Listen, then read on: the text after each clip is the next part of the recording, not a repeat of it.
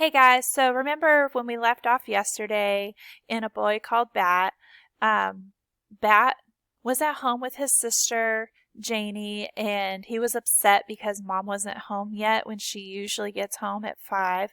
And he was upset because his sister had eaten the last vanilla yogurt, and that's his favorite. Anyhow, mom just got home and she's explaining to him why she's late. Okay, so that's where we left off yesterday. We are on chapter 4.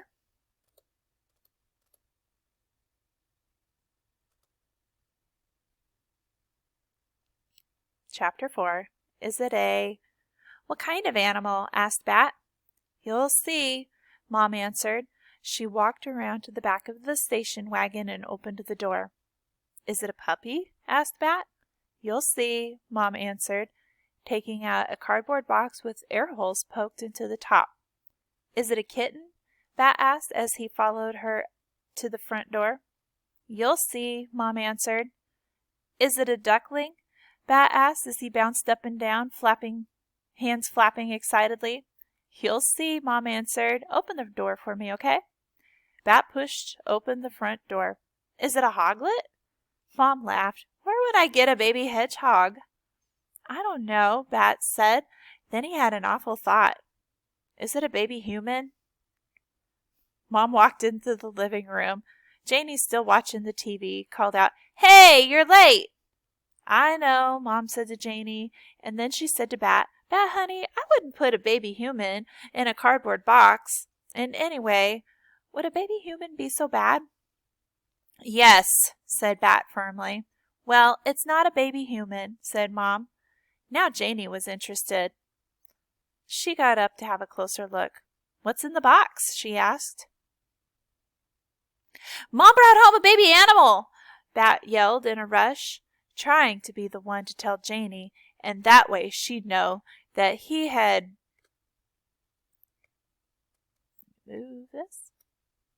known about it first. Geez, Bat, don't scream in my face. 12 inches, remember? Bat was supposed to stay at least 12 inches away from Janie when he talked to her. She didn't like it when he got too close. There were lots of rules when it came to Janie. How did you do on that math test? Mom asked Janie. Did the chart we made help? Bat bounced up and down on the balls of his feet, pulling the collar of his shirt into his mouth and sucking on the fabric. They were going to talk about a math test? Now? Mom, he groaned. Okay, she said. We can talk about math later. Come on, let's go into the kitchen. There's someone I want you to meet. Chapter 5, A Tiny Pink Nose. Mom set the box on the kitchen table. Is it sleeping? Bat asked, his voice a whisper. Probably, Mom said. Babies sleep most of the time. What is it? Janie asked. Bat, do you want to open the lid? Bat didn't answer. He was too excited. Very carefully, he lifted the lid of the box and peered inside. Janie stood behind him, breathing on his ear. You're breathing on my ear, Bat said. Janie ignored him. It's just a bunch of rags, she said. Mom walked around to the far side of the round table and reached into the box. She scooped up the pile of material and sat down. Look! Bat watched as Mom shifted the towel in her arms. A nose peeked out, a tiny pink nose, and then 2 slanted closed eyes, a forehead covered in downy fuzz, little ears still curled tight against its head. Janie began, Is that a... It's a kit, Bat said, enchanted by the tiny creature, wanting so badly to hold it. A baby skunk. Oh, Mom, Janie said, I can't believe you brought home a skunk. I had to, Mom said, rubbing the skunk's little forehead with her thumb. He's an orphan. Oh, breathed Janie. She leaned in closer, blocking Bat's view. How old is he? Here they are, looking at the baby kit.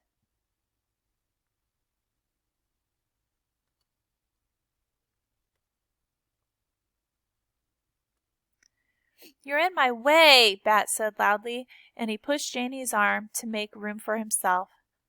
"Bat," Mom said, "you need to stay calm around the skunk Kit, okay? You don't want to scare him."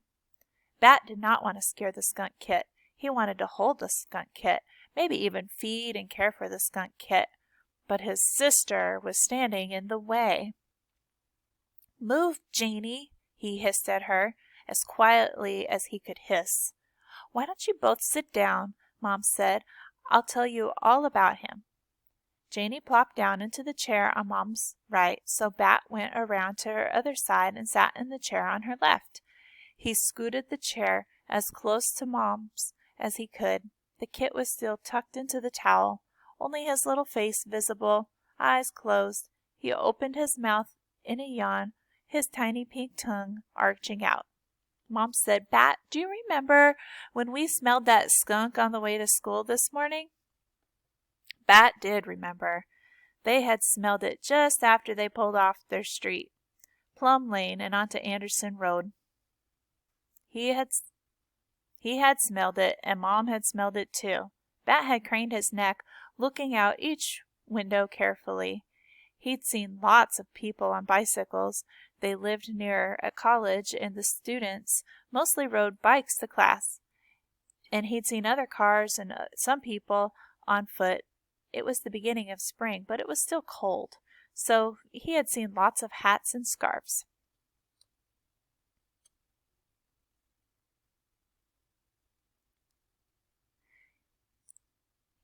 He'd seen an American flag on a flagpole in front of the post office. He'd seen a red bus. He'd seen a sign that read, "Welcome to Quincy, a bike-friendly town." But he had not seen a skunk. Bat nodded. "I remember," he said. "Well, unfortunately, the skunk we smelled but didn't see was the mama skunk. A car hit her, and a couple of college students brought her to my office in the basket of a bike. She was there waiting for me when I dropped you off at school, injured and very pregnant." "Is she okay?" Janie asked. "I wish I could say she is," Mom answered. "I wasn't able to save the mother or the other baby kits. Only this one lived. I was able to check the mother for diseases, though, and luckily she wasn't sick, which is a good sign the kit isn't sick either." "That's awesome," Bat said. "Bat!" said Janie loud and sharp. The Kit twitched and shifted, scared by Janie's voice.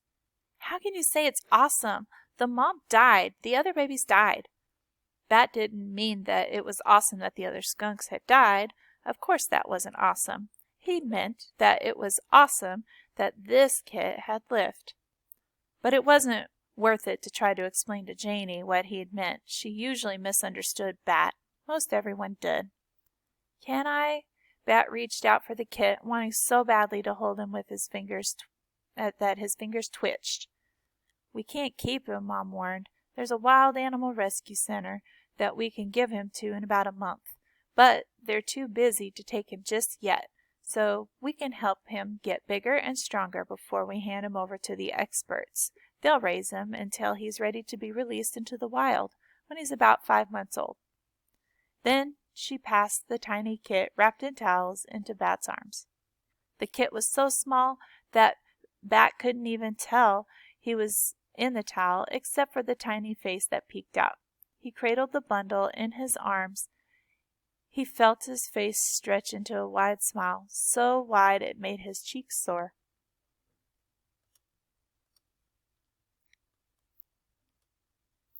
Chapter 6. Skunk Lunch. "Can it spray yet?" Janie asked. "No," Mom answered. "Soon he will be able to, but when skunks are babies, they can't spray as strongly as the adults." Bat realized that he didn't know a lot about skunks. He knew they sprayed a stinky smell to protect themselves, and he knew they were mammals, and he knew they were omnivores because they ate bugs and smaller animals and plants too. But he didn't know very much more than that. He decided to learn everything about skunks. "What are we going to feed him?" Bat asked. "Can I do it?"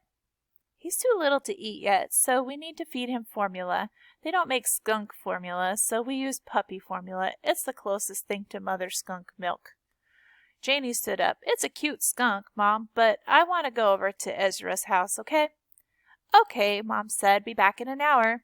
Ezra lived 3 houses up the block and had been Janie's best friend since before Bat was born. Janie loved Ezra. She thought he was funny and smart and creative. Bat didn't love Ezra. He thought Ezra was loud and annoying and a mean tease. Sometimes when Janie went to play at Ezra's house, it bothered Bat that he wasn't invited and that there wasn't a house he was invited to visit where Janie didn't go. But right now he didn't care about Ezra or about anything other than feeding the skunk Kit. Goodbye, he said to Janie without taking his eyes off the skunk's tiny face. The skunk was yawning and licking his lips with the world's tiniest, pinkest tongue. Janie left, Mom said, okay, Bat, sit right here and I'll get the formula. She went to her bag and pulled out a can, like a soda can, but with a picture of a puppy on it. Mom shook it and cracked it open and dipped a syringe inside, pulling the plunger up. Bat watched it fill with a thick white liquid. We only give him a few drops at a time, Mom said, carrying the full syringe back over to the table. Watch me do it first. She took the skunk and arranged him on her lap, one hand over his back and under his front legs to hold him upright, the other hand aiming the syringe full of formula at his mouth. The skunk seemed to know what was about to happen and twitched his little pink nose back and forth eagerly.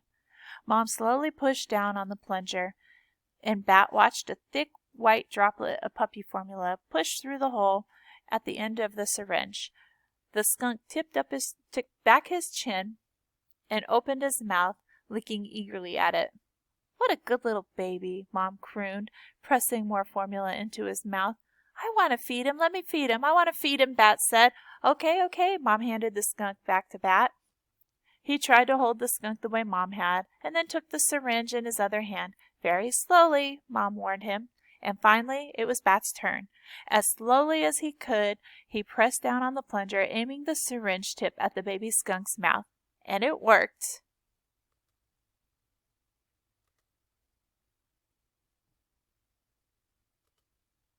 The skunk's little pink tongue lapped at the formula, droplets gathered at the corners of his mouth, and some ran down his chin onto the towel, but most of it made it into the baby skunk. I'm doing it, Bat whispered. I'm feeding him. You sure are, Mom said. Bat knew he was doing a messier job of it than Mom had done, but the baby skunk didn't seem to mind. I love him, Bat said. He hadn't meant to say it out loud. Mom laughed. Careful, or you might make me jealous, she said. But it's true, Bat said. I love him. Mom said they'd have to hand the kid over to the rescue center in a month, but Bat, holding the tiny animal in his arms, made a silent promise that he'd figure out a way to keep him. And that is where we're going to stop today.